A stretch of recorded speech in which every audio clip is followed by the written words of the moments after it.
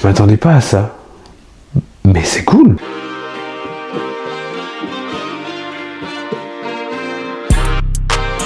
Salut, moi c'est Gog, je suis un grand fan de séries, j'en ai vu une centaine. Mais alors culture film, je suis zéro. Du coup j'ai décidé de changer ça en créant CTC, Construis ta culture. J'ai fait une liste de 60 films, plus ou moins cultes, et tous les lundis à midi, je te fais le débrief d'un des films que j'ai vus. J'ai regroupé tous ces films dans une roulette, la roulette des films, et aujourd'hui on est tombé sur Vice Versa. Vous êtes-vous déjà demandé ce qui peut bien se passer dans la tête des autres? C'est la rentrée! Je suis trop contente! Riley a au moins 272 raisons de flipper, c'est une catastrophe. Sans parler de cette odeur et de cette crasse. On va passer une belle journée qui deviendra une belle semaine, qui deviendra une belle année, qui deviendra une belle vie! Vice Versa est un film d'animation sorti en 2015, réalisé par Ronnie Del Carmen et Pete Docter, Pete Docter. Merde. L'histoire, c'est qu'on va suivre des émotions dans la tête d'une petite fille qui s'appelle Riley. Et je sais pas, mais vu que c'est une enfant, elle a que 5 émotions, la joie, la tristesse, la colère, la peur et le dégoût. Elle va passer par des étapes qui sont assez compliquées quand t'es enfant, vu qu'elle va déménager. Donc, nouvelle ville, nouvelle école, elle fait du hockey comme sport, donc nouveau équipe de hockey. Hockey. J'aime bien dire hockey, enfin, je vais dire hockey, ok? Hockey, ok. Tu l'as. Waouh. Faut que j'aille me coucher. Et en plus, il y a une lumière qui vient de s'éteindre, donc si elle est de moins bonne qualité, désolé. Comme j'ai dit, moi je m'entraîne à devenir monteur. Ça passe par ça. Par recharger ses lumières. De toute façon, je verrai bien. Si c'est dégueulasse à la caméra, je ne vais pas la sortir. Donc, je parle tout seul à une caméra. T'es trop con, toi.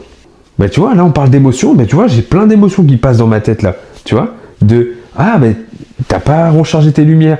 Le micro, tu sais même pas s'il te reste de la batterie. C'est plein d'émotions là dans ma tête aussi. Tu vas voir, c'est le sujet parfait en fait. Qu'est-ce que je disais? Ah oui, dit comme ça, c'est simple. En fait, on va suivre une enfant avec plusieurs émotions et on va voir que les émotions c'est compliqué. Mais c'est beaucoup plus profond que ça. Et Pixar est très fort pour faire ces films-là. Parce que je pense que si t'es adulte et enfant, tu ne vois pas le même film. Coco, que j'adore, tu vois bien que enfant et adulte, tu ne regardes pas le même film. On dirait qu'il y a toujours une deuxième lecture du film. Tu regardes le film, mais il y a une autre histoire qui te raconte. C'est très malin. J'adore les films Pixar. Bon, je me répète peut-être, j'ai tout adoré, d'accord? Ce film, et même visuellement, oh la vache, visuellement c'est beau, tout est beau, j'aime bien. Le truc des souvenirs, oh là là, c'est bien, c'est intelligent. Vice Versa, c'est bien. Voilà. Bien la critique. Allez suivre les autres qui font des meilleures critiques. Allez-y. Je suis un amateur de films, mais non, en vrai, je suis même pas un amateur de films, vu que j'en ai vu aucun.